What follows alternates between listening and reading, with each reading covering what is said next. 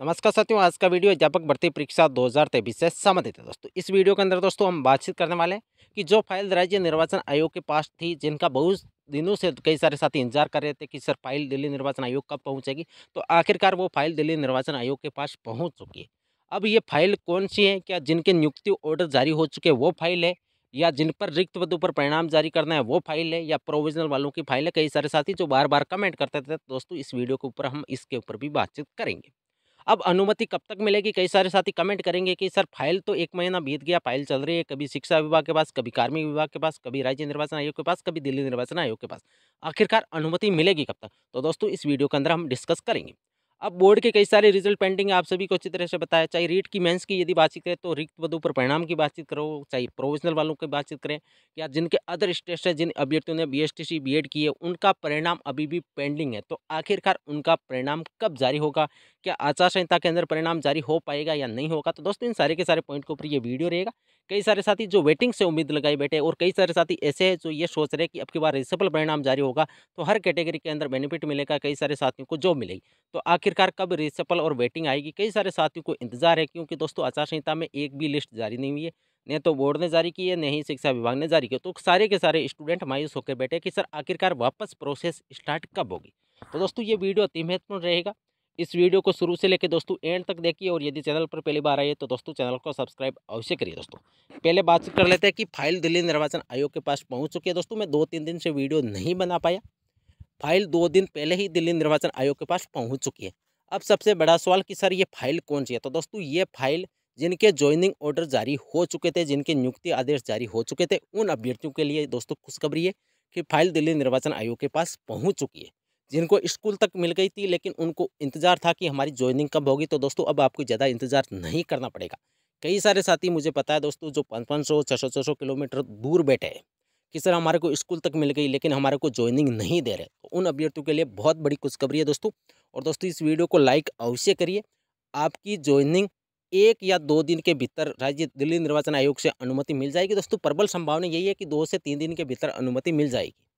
और इस वीक के अंदर जिन अभ्यर्थियों के नियुक्ति ऑर्डर जारी हो चुके थे उन अभ्यर्थियों को ज्वाइनिंग हो जाएगी दोस्तों, और परमिशन मिलने की पूरी संभावना है। कई सारे साथी ये भी कमेंट करेंगे कि सर परमिशन मिलेगी या नहीं मिलेगी। दोस्तों नियुक्ति ऑर्डर आचार संहिता से पहले जारी हो चुके हैं, ज़्यादा टेंशन लेने की आपको आवश्यकता नहीं है। आपकी ज्वाइनिंग जैसे ही अनुमति मिलेगी दोस्तों तत्काल हो जाएगी। चाहे आचार संहिता हो चाहे चुनाव हो, दोस्तों आपको टेंशन लेने की आवश्यकता नहीं है। जिन अभ्यर्थियों के नियुक्ति ऑर्डर जारी हो चुके थे उनकी ज्वाइनिंग इसी वीक के अंदर दोस्तों प्रबल संभावना है 1-2 दिन में अनुमति मिल जाएगी, क्योंकि फाइल 2 दिन पहले ही दिल्ली निर्वाचन आयोग के पास पहुंच चुकी है। और 1-2 दिन के अंदर आपकी परमिशन मिल जाएगी, और 2 से 3 दिन के भीतर आपके जैसे ही परमिशन मिलेगी दोस्तों आपकी ज्वाइनिंग हो जाएगी उसी दिन या अगले दिन।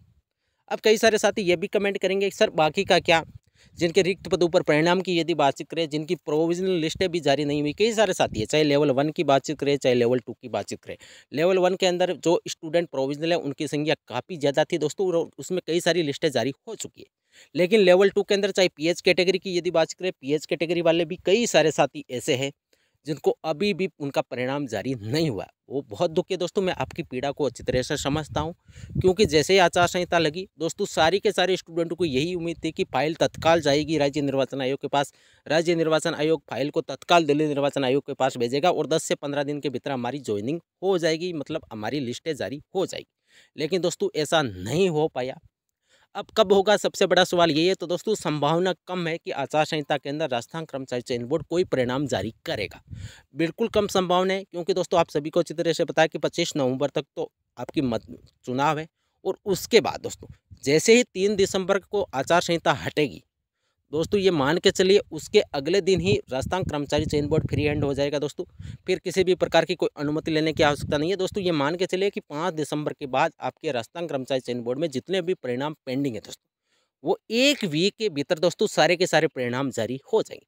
अब कई सारे साथी ये भी कमेंट करेंगे सर 1 वीक के अंदर कैसे जारी होंगे? तो दोस्तों जो कार्य बोर्ड को करना था दोस्तों वो बोर्ड के अंदर कार्य तो जारी है। ओनली फॉर दिक्कत ये थी कि परमिशन नहीं मिल रही थी। परमिशन के लिए फाइल राज्य निर्वाचन आयोग के पास बोर्ड की तो अभी तक नहीं पहुंची है। तो जब परमिशन नहीं मिलेगी तो दोस्तों परिणाम कैसे जारी हो पाएगा? लेकिन बोर्ड के अंदर कार्य तो जारी है। चाहे रिक्त पदों की परिणाम दोस्तों ये मान के चलिए जिस दिन आचार संहिता समाप्त होगी। अब दोस्तों ये बहुत दुखद खबर है क्योंकि कई सारे साथियों को इंतजार था कि आचार संहिता के अंदर हमारी लिस्टें जारी हो जाएगी, लेकिन दोस्तों आपको मैक्सिमम 10 से 15 दिन का और इंतजार करना है, क्योंकि 5 दिसंबर के बाद दोस्तों राजस्थान कर्मचारी चयन बोर्ड सारे के सारे परिणाम जारी कर देगा। ओनली फॉर एक ही फाइल गई है दिल्ली निर्वाचन आयोग के पास, वो है जिनके नियुक्ति ऑर्डर जारी हो चुके थे, जिनको स्कूल तक मिल गई थी, उनकी फाइल दिल्ली निर्वाचन आयोग के पास पहुंची और अनुमति इस वीक के अंदर उनको मिल जाएगी। 90% संभावना दोस्तों अनुमति मिल ही जाएगी। अब बाकी सारे परिणाम दोस्तों आचार संहिता के बाद ही जारी हो पाएंगे। अब कई सारे साथी ये भी कमेंट करेंगे कि सर आपने बोला इस वीक के अंदर दोस्तों परिणाम क्यों जारी नहीं हुआ। दोस्तों कई सारे साथी कमेंट करेंगे। दोस्तों मैं बता दूं, मेरे को यही है कि जो भी संभावना रहती है दोस्तों, मैं संभावना को एक पॉजिटिव वे के साथ दोस्तों आपको बताने की पूरी कोशिश करता हूँ।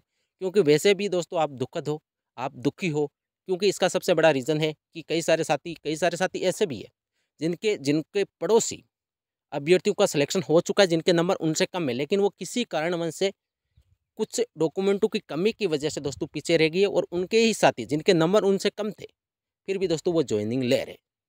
तो दोस्तों ये सबसे बड़ी दुखद खबर है कि आचार संहिता के अंदर अब राजस्थान कर्मचारी चयन बोर्ड कोई भी परिणाम जारी करेगा दोस्तों, ऐसा मुझे बिल्कुल भी नहीं लग रहा है। अब संभावना यही है कि जैसे ही आचार संहिता समाप्त होगी दोस्तों, सारे के सारे परिणाम वापस जारी होना शुरू हो जाएंगे दोस्तों। आपको टेंशन लेने की आवश्यकता नहीं है। इतना आपने 1 महीना इंतजार किया तो दोस्तों 10 से 15 दिन का और वेट कर लीजिए, सारी की सारी चीज़ें आपकी सही होने वाली है। अब वेटिंग कब तक आएगी, कई सारे साथी ये भी कमेंट करेंगे। तो दोस्तों वेटिंग के लिए आपको इंतजार करना पड़ेगा। मैं पहले से दिन से ही बोल रहा हूँ कि वेटिंग आपकी जनवरी में आने वाली नहीं है, फरवरी और मार्च में ज़्यादातर संभावना है। ज़्यादातर संभावना यही है कि फरवरी माह के एंड तक आपकी वेटिंग आ जाएगी। और जो भी स्टूडेंट काउंसलिंग के अंदर एब्सेंट हुए, अब सबसे बड़ा सवाल यही है कि सर जो स्टूडेंट काउंसलिंग के अंदर एब्सेंट हुए, उनके स्थान पर नए स्टूडेंटों को किस माध्यम से लिया जाएगा? क्या रिसफल परिणाम होगा या वेटिंग के माध्यम से? दोस्तों रिसफल परिणाम जारी होने की संभावना कम है, और कई सारे साथी जो चयनित हो चुके हैं वो कोर्ट में याचिका भी लगा रहे हैं कि रिसफल परिणाम जारी होने से उनका भी कई दूर का डिस्ट्रिक्ट मिला है तो उनको भी नज़दीक का डिस्ट्रिक्ट मिल जाए, क्योंकि रिसफल परिणाम में कई सारे साथियों का डिस्ट्रिक्ट में भी चेंज होता है। तो दोस्तों आपको शुभकामनाएं, यदि आप कोशिश कर रहे हो तो दोस्तों आपको बेस्ट ऑफ लक। देखते हैं क्या होता है, लेकिन अभी संभावना दोस्तों यही है कि रिसफल परिणाम बोर्ड मेरे हिसाब से दोस्तों जारी नहीं करने वाला है।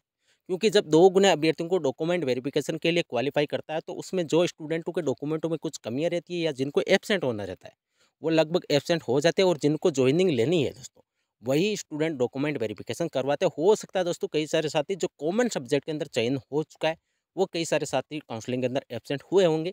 लेवल 1 के अंदर काउंसलिंग के अंदर एब्सेंट होने वाले स्टूडेंटों की संख्या बिल्कुल कम है, जबकि लेवल 2 के अंदर हिंदी और एसएसटी के अंदर कई सारे साथी ऐसे हैं जिनका 2-2 सब्जेक्ट के अंदर चयन हुआ है। कई सारे साथियों का हिंदी के अंदर हुआ है, कई सारे साथियों को सामाजिक के अंदर हुआ है, कई सारे साथी ऐसे भी है जिनका हिंदी और सामाजिक दोनों के अंदर भी चयन हुआ है। तो लेवल 2 के अंदर काउंसलिंग में एब्सेंट होने वाले स्टूडेंटों की संख्या ज़्यादा है। तो दोस्तों ये देखने वाली बात होगी कि रिसफल परिणाम जारी होता है या वेटिंग। लेकिन दोस्तों इतना मैं आपको विश्वास दिलाता हूँ कि जितनी भी सीटों पर स्टूडेंटों ने ज्वाइन नहीं किया या काउंसलिंग के अंदर एब्सेंट हुए, उन सारी की सारी सीटों को भरा जाएगा, चाहे वेटिंग से भरा जाए चाहे रिसफल परिणाम से भरा जाए दोस्तों। तो दोस्तों ये थी आज की वीडियो। मेरे हिसाब से दोस्तों आपको मेरी ये वीडियो पसंद आई। दोस्तों यदि आपको मेरी वीडियो पसंद आई तो दोस्तों वीडियो को ज़्यादा से ज़्यादा शेयर करिए, और दोस्तों चैनल को सब्सक्राइब अवश्य करिए। थैंक यू, धन्यवाद।